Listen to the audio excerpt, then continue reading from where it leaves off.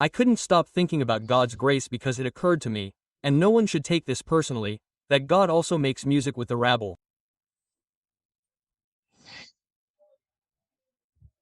That the orchestra of heaven is also made up of the most improbable and unpredictable musicians.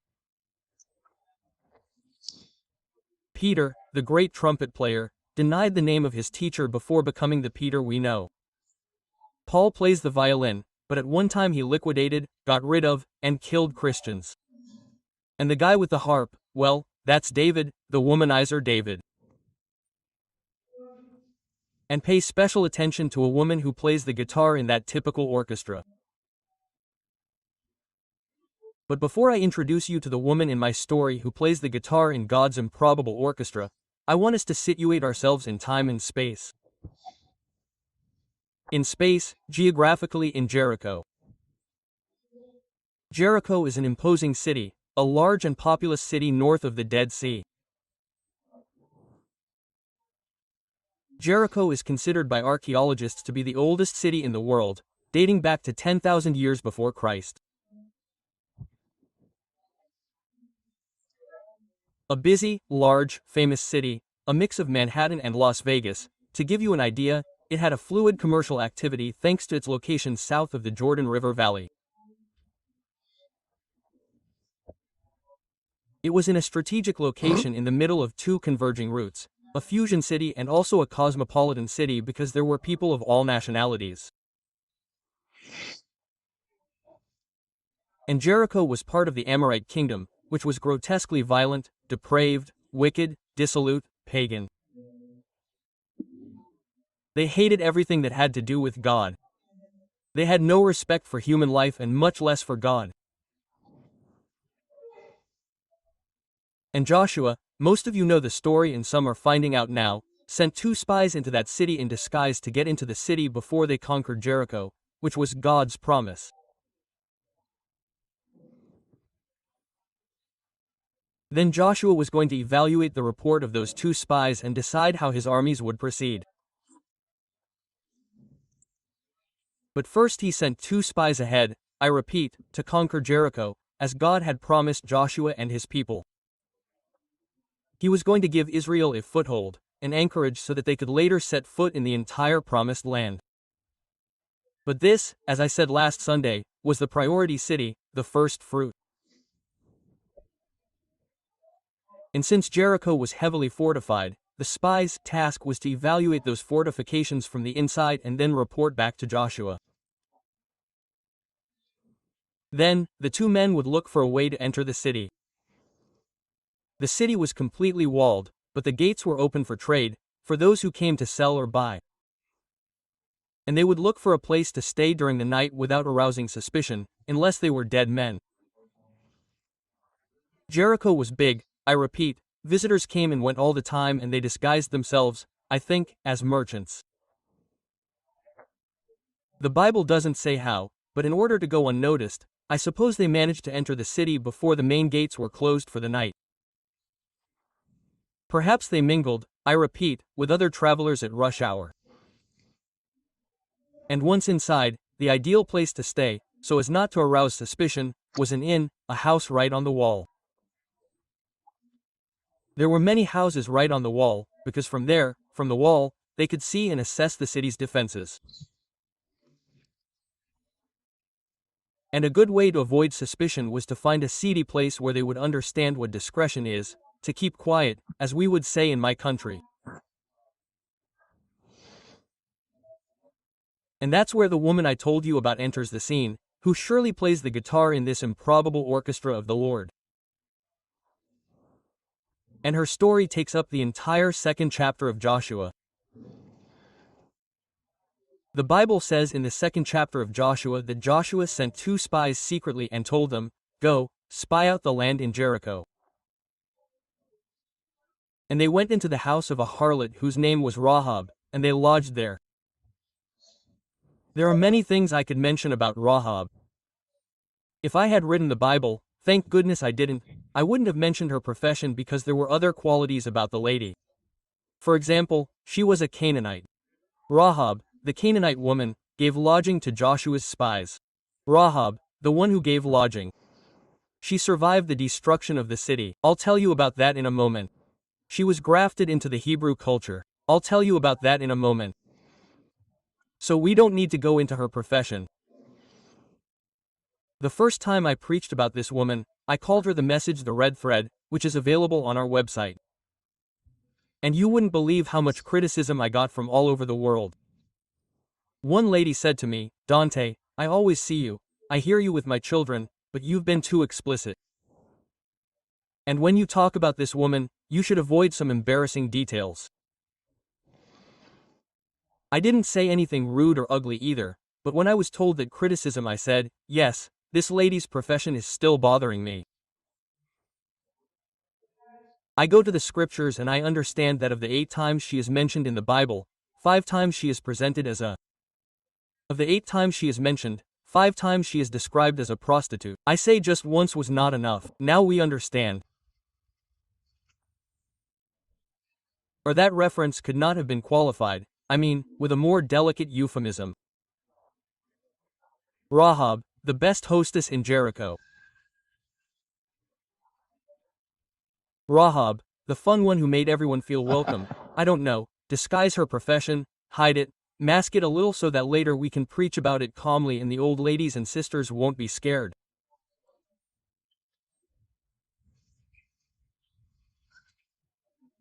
Put a little bit of corrector on this biblical imperfection, clean up the Bible a little, right? Oh, please.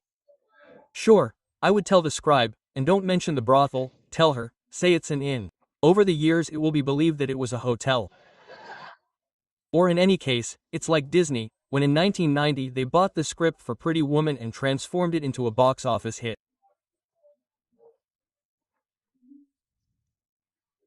Disney, using Julia Roberts as an example in their film, had the idea of making prostitution seem glamorous, putting it in the shoes of this great actress.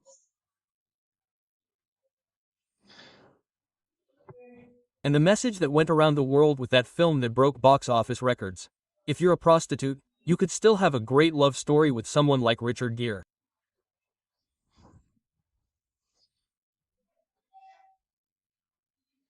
But the Bible doesn't say any of this, it doesn't mention her as a pretty woman, it doesn't put background music for her, however, it points her out like a neon sign and even adds her name to the Hall of Fame in the book of Hebrews. We move forward in the scriptures to the New Testament and there appear Abel, Noah, Abraham, Isaac, Jacob, Joseph, Moses and then unexpectedly Israab, the prostitute. Without an asterisk, without footnotes, without an apology. In fact, her story of prostitution is part of her testimony. And returning to this, in the populous city of Jericho, her house, Rab's house, is not in some hidden alley of the town, in a dead-end street, but right on the famous wall.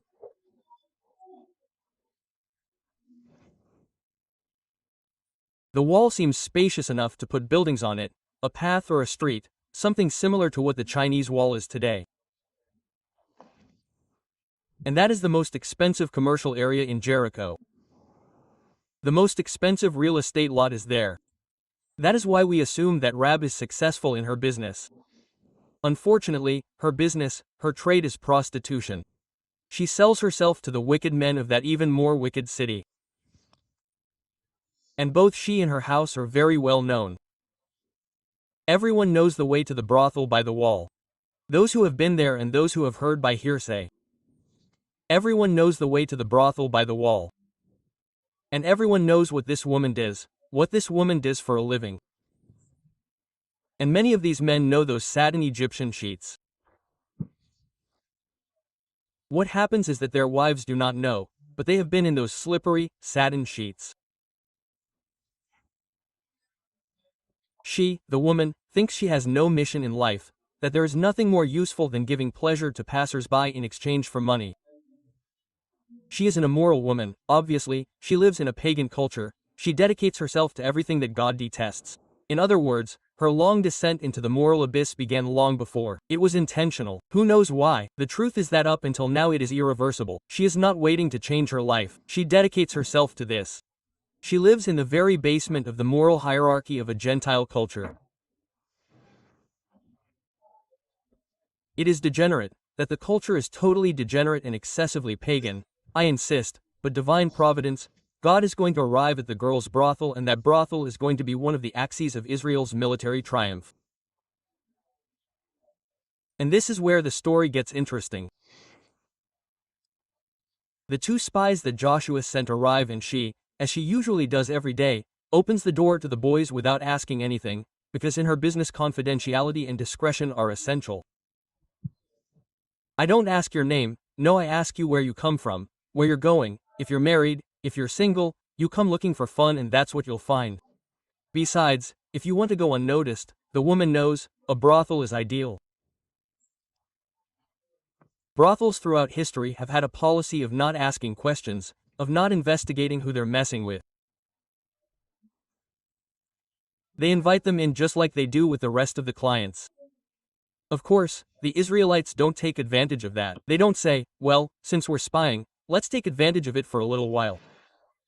No, maybe that's what won the girls' trust. They're not there to use her, they're on a mission. They're soldiers, they're not going to abuse her, they're Syrian guys. And they didn't come to have fun or have a good time. In fact, they're two gentlemen and they treat her with great chivalry and dignity. So, Rab's house was perfect for the purposes of these two soldiers, because the position where his house is located allows them to look closely at the wall, which is the main defense of the city that Israel intends to conquer. Behind them is another window from which they can see the vastness of the desert watered by the Jordan.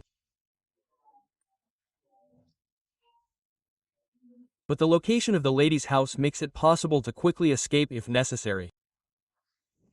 If they are further into the city, in the very center, it will be difficult for them to escape if things go wrong. That's why this is the ideal place. And to someone, surely a regular customer of the brothel, these guys seem a little strange. They act a little strange. Did you notice? Because when Rahab opened the door, they entered in a very gentlemanly manner. And that's not how those who are going to consume the human remains of a woman in exchange for money enter. The way they entered, the way they walked, made this gossiping smoker think that something was wrong. In addition, most of the locals were on guard against intruders, because they had been given strict orders to report any suspicious movement to the king, because they had seen that all of Israel was camping around there and at any moment they might want to enter. The king functions in the same way as a mayor, as an intendant in our countries. This one, in particular, has military control. It says that word was given to the king of Jericho, saying, "Behold, 2 men whom we presume to be from Israel have come tonight to spy out the land." This is related in Joshua, chapter 2, verse 2. As soon as the monarch, the king, learns that the spies are hiding in the house of this lady of questionable morals, he sends soldiers to arrest the 2 guys.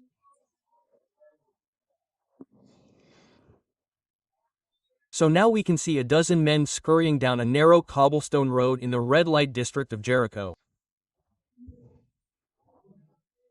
It is very late, around midnight, and in the red light district there are not only brothels like the Rap Club, but there are also taverns lit by torches that are still open and some patrons who are a little drunk and have Mexican tequilas. Argentine Malbec wine had not yet been invented, so the rest of the drinks get you drunk quickly. The gang stops in front of the wooden door of a stone building next to the famous walls of Jericho. And the captain knocks on the door and Rahab answers. And there we see her. She has lots and lots of makeup, lots of shadow in her brown eyes. Her voice is hoarse from being a lifelong smoker. So she places one hand on her hip adorned with Middle Eastern jewelry while holding a martini and with the other.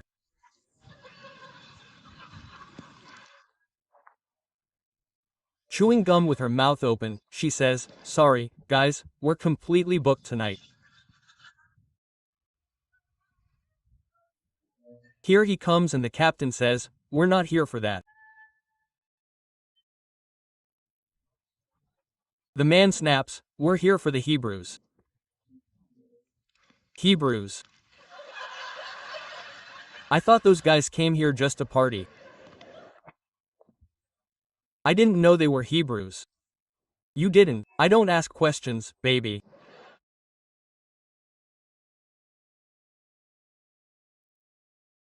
I don't know how I'm going to get out of this. Captain, we're looking for the spies. Where are they? And Raphael steps out, looks to the left, to the right, and then lowers her voice and whispers, "They just left. They slipped out before the doors closed. If they hurry, they'll surely be caught and the king's soldiers will turn and run." Raphael's quick thinking saves the spies. And the story suggests that she hid the men before she opened the door when she learned that the king's messengers were coming before the men were at the door. When they told her, "The soldiers are coming," do you know that she hid them? The speed and ingenuity of her plan to hide them suggests that this lady has experience in this type of situation. She hides them on the terrace of the brothel that she says had some bundles of flax that you had on the roof. She had them there. It's not that she expected the spies. Those bundles are there for a purpose. In case a jealous wife came looking for one of her clients. She guaranteed discretion. But also that this time the hiding place served a high and holy purpose. So the king's messengers search the house without a search warrant and, not finding the men they seek, they don't go up to the roof. It doesn't occur to them. They set off on the false trail given them by the woman that leads them to the fords of the Jordan. And as they turn the corner and disappear, Rap rushes up the stairs of the brothel. Where they are hiding, where he is hiding the spies, and says, "There are no more Moors on the coast, boys. I got rid of him." And there she gives him an explicit testimony of the faith that motivated her to do what she just did, because she could have had a good monetary reward from the king for handing them over. She lives off of money, but she explains to him the reason why she decided to help them. She reveals to him why she decided to take care of them and protect them. So, listen to what this lady of dubious reputation from Jericho tells these gentlemen, as related in the book of Joshua. She says, "I know that the Lord has given you all this land, because the fear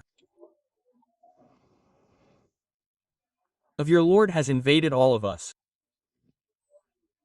All the inhabitants of this land have fainted emotionally because of you.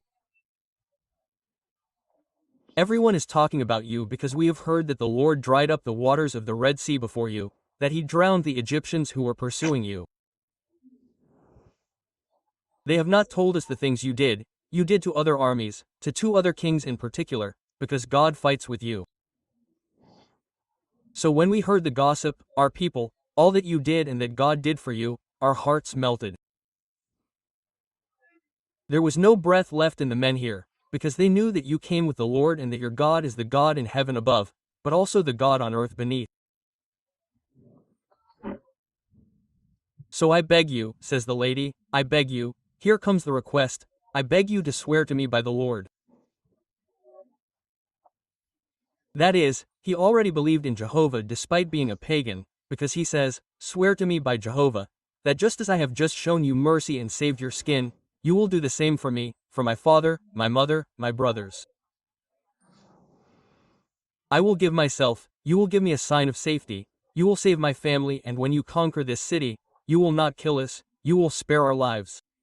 And the knights respond, "Of course they will. Our life will answer for yours. If you do not tell anyone that we were here, if you do not denounce us, when Jehovah has given us this land, we will show you mercy. It is the least we can do."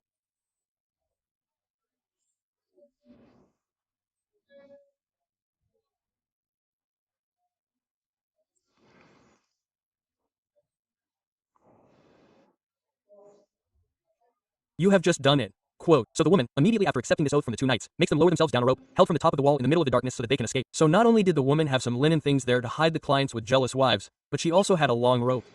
There is no doubt that in the past she had organized other escapes. But not of spies, but of unfaithful men. The old woman came, get out of the way, and the guy jumped. No, but now Rahab's words astounded the spies. They never would have expected to find cowards in Jericho. She said to him, no, they are all trembling with fear here. But much less did they expect to find faith in a brothel. And so it was. God makes music with unlikely people. She had heard the powerful evidence of God's supremacy over Israel in terms of how he fought for them in battles. She had been convinced that Jehovah was the true God. She said, swear to me by Jehovah. The spies swore to her, they treated her, that they would treat her with mercy when they conquered the city, but they set a condition. The spies also tell her, look, you must hang a scarlet cord in your window. Where you are going to bring us down, put a scarlet cord, so that it can be seen, a red cord. Quote, the color made it easily visible from below the wall. And its appearance, the theologians say, was reminiscent of the crimson sign of blood splattered on the doorposts at the first Passover.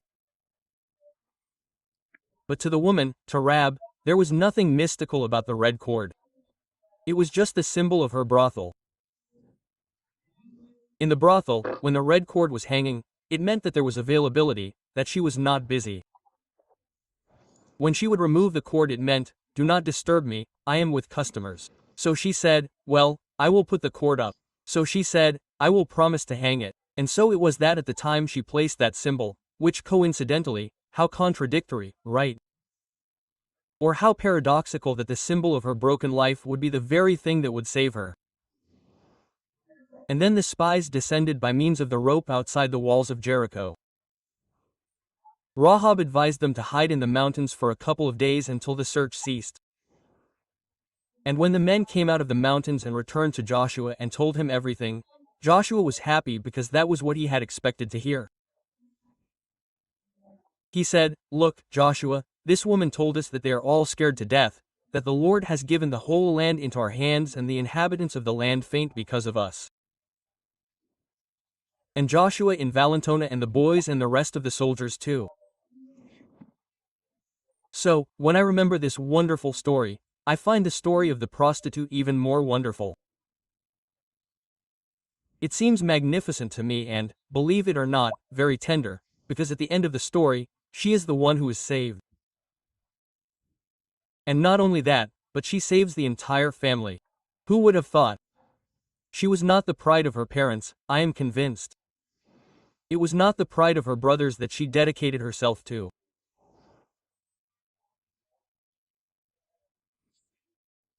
However, she is the one who saves the entire family of all the kings and important people who were in Canaan, of all the highly educated and influential people who lived in Jericho, of all the merchants, traders and farmers who honestly worked there.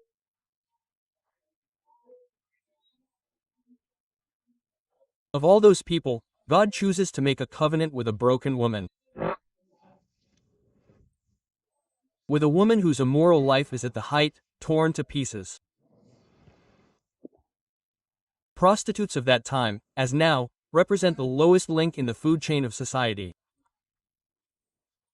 I always say that the offensive word in the language Castilian, the most offensive, is not stupid, is not an imbecile, is not a bum, is not a slob or French, that's because of the last World Cup.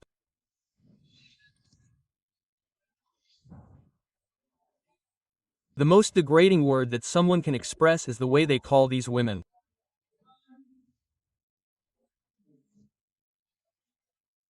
And that word is so vulgar that they can insult you by saying that you are the son of one of them. And that insult is the worst that can be given to you if you speak Spanish.